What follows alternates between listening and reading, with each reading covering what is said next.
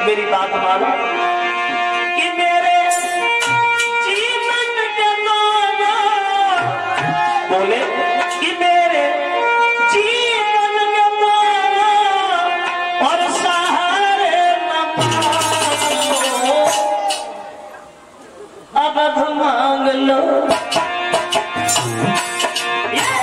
अवध मांग लो, राम प्यारे मानो, अवध मांग लो।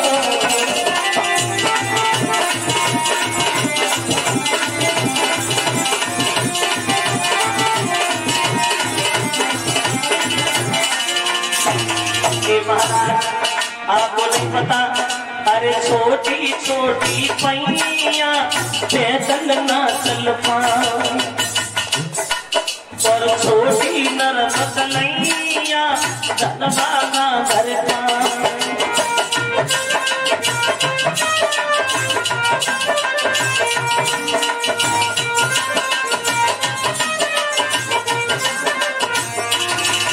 अरे छोटी छोटी पैया पैदल ना चल पाए, छोटी नरम कलैया धनवाना भर पाए। मेरी मैया ने बोला, मेरी मैया ने बोलो, किनारे न मांगो, अवध मांग लो, ये अवध मांग लो, राम प्यारे न मांगो, अवध मांग लो।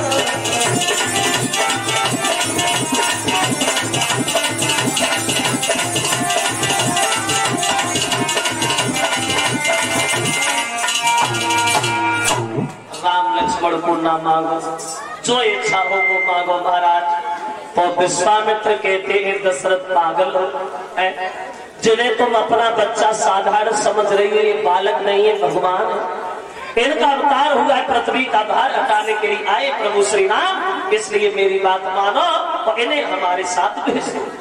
मेरा इतना कहना मानो, ओ श्री राम लखन को जाने दो, वो नटवर को नाटक रचने दो, और भूतल का भार हटाने दो, हमारे साथ भेजो।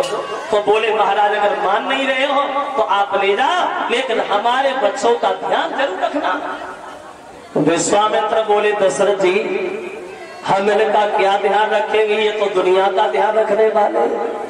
चले अब राम लक्ष्मण को साथ लेके विश्वामित्र चले अयोध्या से आजमगढ़ जा रहे थे। रास्ता से तो राम ने देखा है कि रास्ता में बड़ा भयानक जंगल मिला।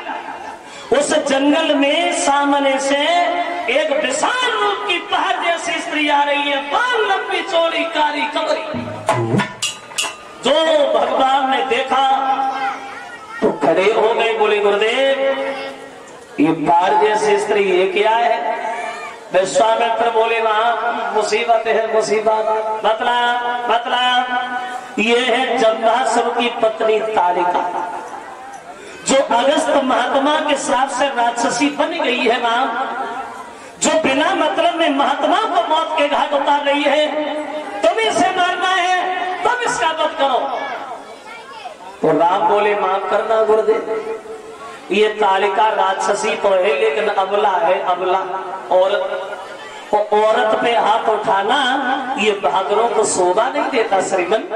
औरतों को वो मारते हैं, औरतों के ऊपर हाथ वो उठाते हैं जो कायर होते हैं, बुज़दिल होते हैं, हम इसे नहीं मारे। तो विश्वामित्र बोले राम सुनो, जो दूसरे को बिना मतलब में कष्ट पहुंचाते हैं, जो दूसरे को बिना मतलब में दुख देते हैं, उन्हें मारने में कोई पाप नहीं होता। और रही बात अबला औरत की, तो ये भी सुन लो, अबला सबला हो जाती है और जब अपनी सी पे आती है, और पल ही में सम्मान करे और पल में अपमान कराती है। और नारी में कितने रूप भरे, एक रंगी नए बहुरंगी है, और ढके तो पूरो पूरी माँ ढकले पर नए नंगी की नंगी है। मारो, अगर तुम इसे नहीं मारोगे ना तो ये भी मार देगी, मारो राम, इसका वध करो। तो राम ने जीवन में पहली बार से उस राक्षसी तारिका का वध किया। अब तारिका का वध करने के बाद आजमगढ़ में पहुंच गए। अब महात्मा इकट्ठे होने लगे, विश्वामित्र यज्ञ शुरू करवाने लगे। राम लक्ष्मण धनुष मान लिए हुए खड़े हैं यज्ञ की रक्षा करने को। तो स्वाहा स्वाहा की धुन जब राक्षसों के कानों में गूंजी भक्तों, तो यज्ञ को नष्ट करने के लिए राक्षस भागे। तो राम लक्ष्मण बोले, आ बड़े राम, तुम्हारे लिए तो खड़े हैं, आजा। अब होगा ऐसा बाहर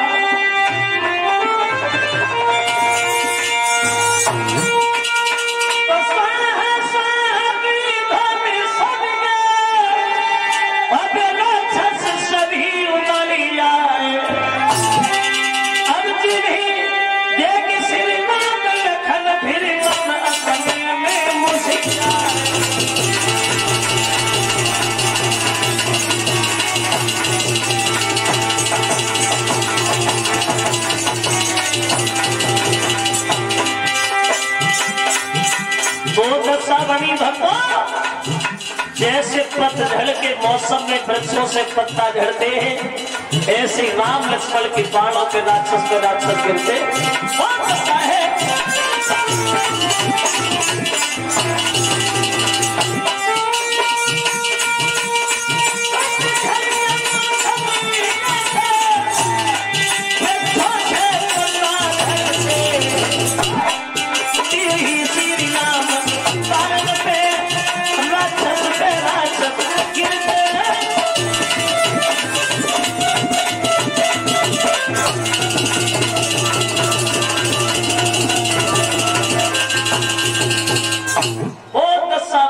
जैसे पतझड़ के मौसम में वृक्षों से पत्ता झड़ते, ऐसे राम लक्ष्मण के बाणों पर राक्षस गिरते।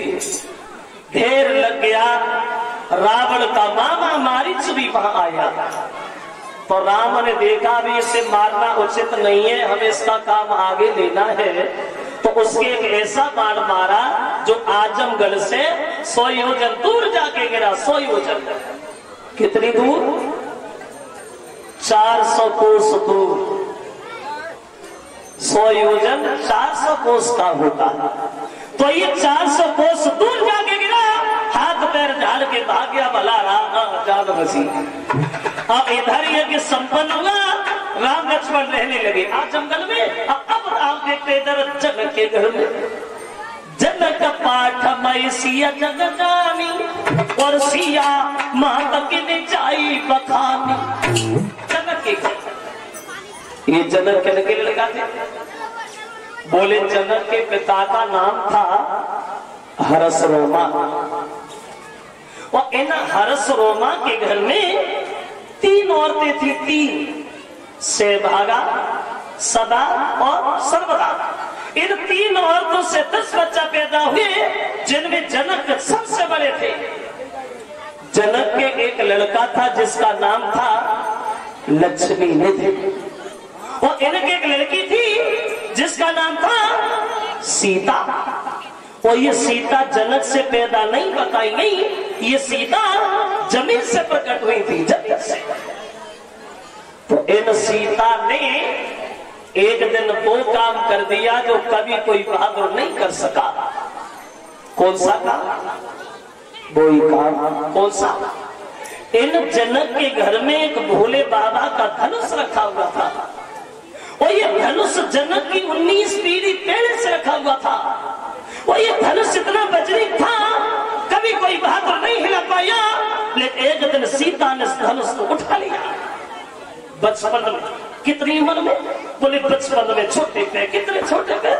बोले तब सीता की उम्र थी 5 साल 5 महीना 7 दिन की।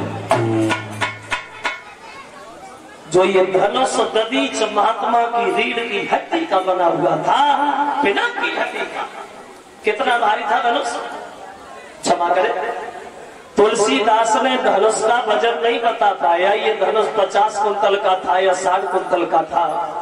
तुलसीदास कहते हैं ये धनुष इतना वजनी था, जब रंग भूमि में ले जाया गया था तो ये धनुष एक पहियों वाली गाड़ी पे रख के गया था और धनुष को ले जाने में 5000 जवान लग गए थे, इतना भारी था।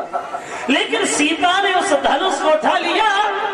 जो जनक ने धनुष उठाते देखा तो जनक मन में सोचते बाजी बा, आज हमारी बेटी ने वो काम करके दिखाया है जो दुनिया भर में कोई बहादुर कर ही नहीं सका। तो क्यों ना हम ये फैसला करें, जो भी भोले बाबा के धनुष को तोड़ेगा वो ही हमारी बेटी सीता की सारिस्ता जोड़ेगा।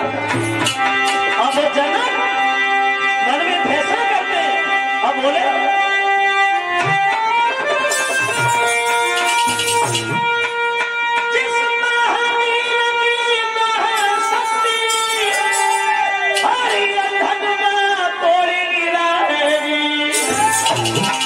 बस उसी वीर से निर्विवाद जानकी पिता की मन में फैसला कर लिया, जो भी बहादुर भोले बाबा के धनुष को तोड़ेगा वही हमारी बेटी के सारे साथ जोड़ेगा।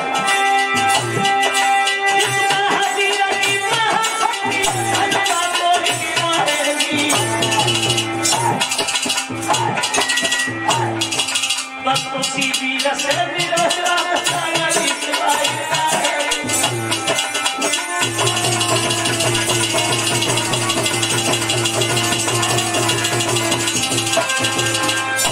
जनक ने मन में ये फैसला किया और दरबार में जाकर के सबसे कहा,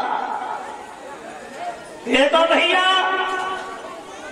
आज हमारी बेटी ने वो काम किया है जो आज तक कोई बहादुर नहीं कर सका। चारों तरफ ये खबर भेजो कि महाराज जनक अपनी बेटी सीता का स्वयंवर कर रहे हैं।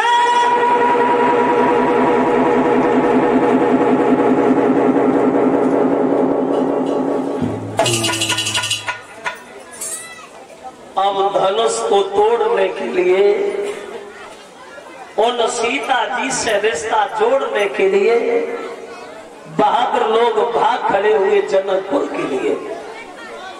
और उधर विश्वामित्र को भी खबर मिली कि सीता का स्वयंवर है।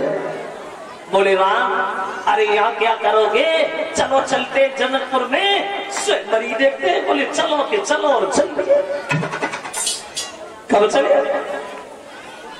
कुआर के महीना की शुक्ल पक्ष की द्वादशी वाले थे चले प्रभु श्री राम। गुरु विश्वामित्र के साथ जब चले हैं तो कवि कहता है कि पाकर के कमरी स्वयंवर थी और श्री जनक राज के धाम चले।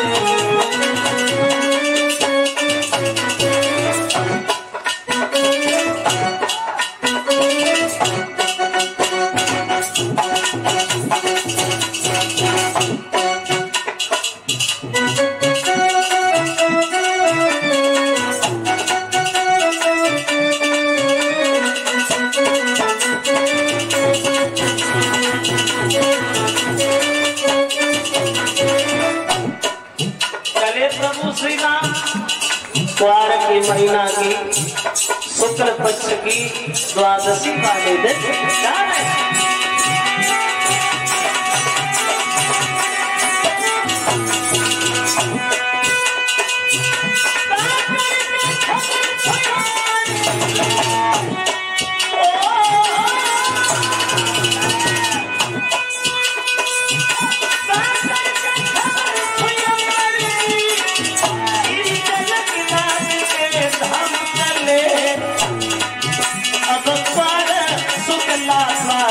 गुरु के संग में श्री राम चले।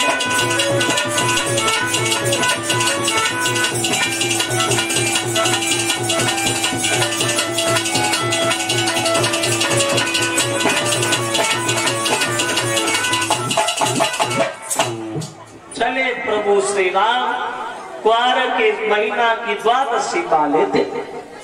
तो आगे बढ़ते जा रहे राम, तो राम ने क्या देखा, गुरु विश्वामित्र से हट करके वो श्री राम ने नजर पसारी है। वो देखा झाड़न में पड़ी भई वो पत्थर की पाई नारी है। राम ने देखा कि एक निर्जन वन है, निर्जन, जहाँ जानवर पशु पक्षी भी नहीं नजर आ रहे हैं। उस निर्जन वन में झाड़ियों में एक पत्थर की शिला पड़ी है, इस तरीके। तो उस शिला को लेकर के राम विश्वामित्र से सवाल करते हैं, गुरुदेव ये पत्थर की शिला ये क्या है? विश्वामित्र बोले, राम ये है गौतम ऋषि की पत्नी अहिल्या। अहिल्या, लेकिन ये पत्थर की काय को बन गई गुरुदेव? बोले, सुनो राम, इधर आ, इनके पति ने श्राप देके पत्थर की बना दिया। पति ने श्राप क्यों दिया? सुनिए, पति ने श्राप इसलिए दिया राम, ये अहिल्या जो थी ये देखने में बहुत सुंदर थी, बहुत सुंदर। तो एक बार बाग से फूल तोड़ रही थी अहिल्या, फूल तोड़ते वक्त इंद्र ने जब इसे देखा, ये अहिल्या अरे तीनों चंद्र